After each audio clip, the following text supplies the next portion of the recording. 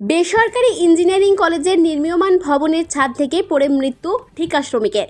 উত্তেজনা দুর্গাপুরের বিধাননগরের এক বেসরকারি ইঞ্জিনিয়ারিং কলেজ চত্বরে। ক্ষতিপূরণের দাবিতে দুর্গাপুরের ওই বেসরকারি ইঞ্জিনিয়ারিং কলেজের মূল গেটের সামনে তুমুল বিক্ষোভ মৃতের আত্মীয় পরিজনেদের। যে পড়ে মারা গেছে তার ক্ষতিপূরণ দিতে হবে মানতে হবে। তাহলে ডেড বডি নিয়ে আমরা আন্দোলন করব, যতক্ষণ না মানবে আমরা এখানে আন্দোলন চালাবো। দুর্গাপুর মহকুমা হাসপাতাল থেকে মৃতদেহ নিতে অস্বীকার পরিবারের।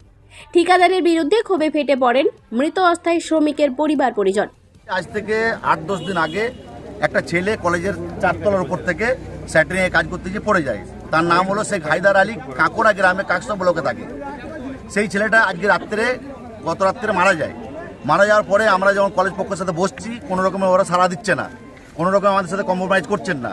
কন্ট্রাক্টরকে ডাকা হচ্ছে সকাল থেকে, কন্ট্রাক্টর মোবাইল সুইচ অফ করে রেখে দিয়েছে, কোনো রকমের কন্ট্রাক্টরের সাথে যোগাযোগ করতে পারছি না। এখন আমাদের দাবি হলো রাজ্য সরকারের এটা লাগু করেছে ওয়েস্ট বেঙ্গল গভর্নমেন্ট। কেউ যদি কোনো রকম দুর্ঘটনায় মারা যায়, 13 লাখ কোনো শ্রমিক যদি মারা যায় তো 13,50,000 টাকা তার ফ্যামিলিকে দেওয়া হবে। সেই ছেলের বয়স হলো 25 বছর বয়স, এখন বেশি বয়সও হয়নি। আমাদের একটাই ডিমান্ড,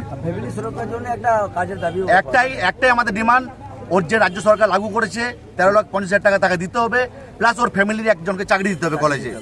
খবর পেয়ে ঘটনাস্থলে ছুটে আসে পুলিশ, বোঝানোর চেষ্টা করে উত্তেজিত পরিবার পরিজনদের।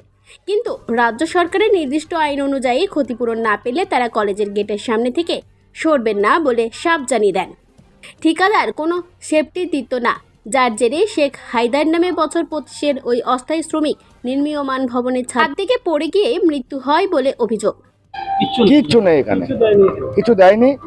সেফটি থাকলে তো কিছু হতো না, সেফটি নেই এখানে। হ্যাঁ, কি চাইছেন আপনারা? আমরা চাইছি যে সুস্থ ব্যবস্থা, এটা সুস্থ মানে চাই। হ্যাঁ, আর একটা আমাদের এখানে চাকরির দাবি আছে, যে ওর বাড়ির লোক যেন এখানে একটা চাকরি পায়। আর আমাদের কিছু টাকা আছে, পরিবার খুব নিম্ন পরিবার, কেউ নেই, আর ও একাই, পরিবারের একাই, ওর পেছনে হ্যাঁ একাই রোজগার। ওর পেছনে 4 জন আছে, 4 জন মানে ওর ইনকামে খেত।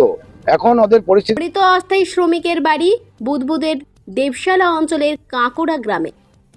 গত 8 তারিখে বেসরকারি ওই ইঞ্জিনিয়ারিং কলেজের নির্মীয়মান ভবনের কাজ করার সময় পাহাড়কে 4 তলা থেকে নিচে পড়ে যান। তড়িঘড়ি তাকে প্রথমে এক বেসরকারি হাসপাতালে, পরে নিয়ে যাওয়া হয় দুর্গাপুর মহকুমা হাসপাতালে। শুক্রবার রাতে মৃত্যু হয় ওই ঠিকা শ্রমিকের।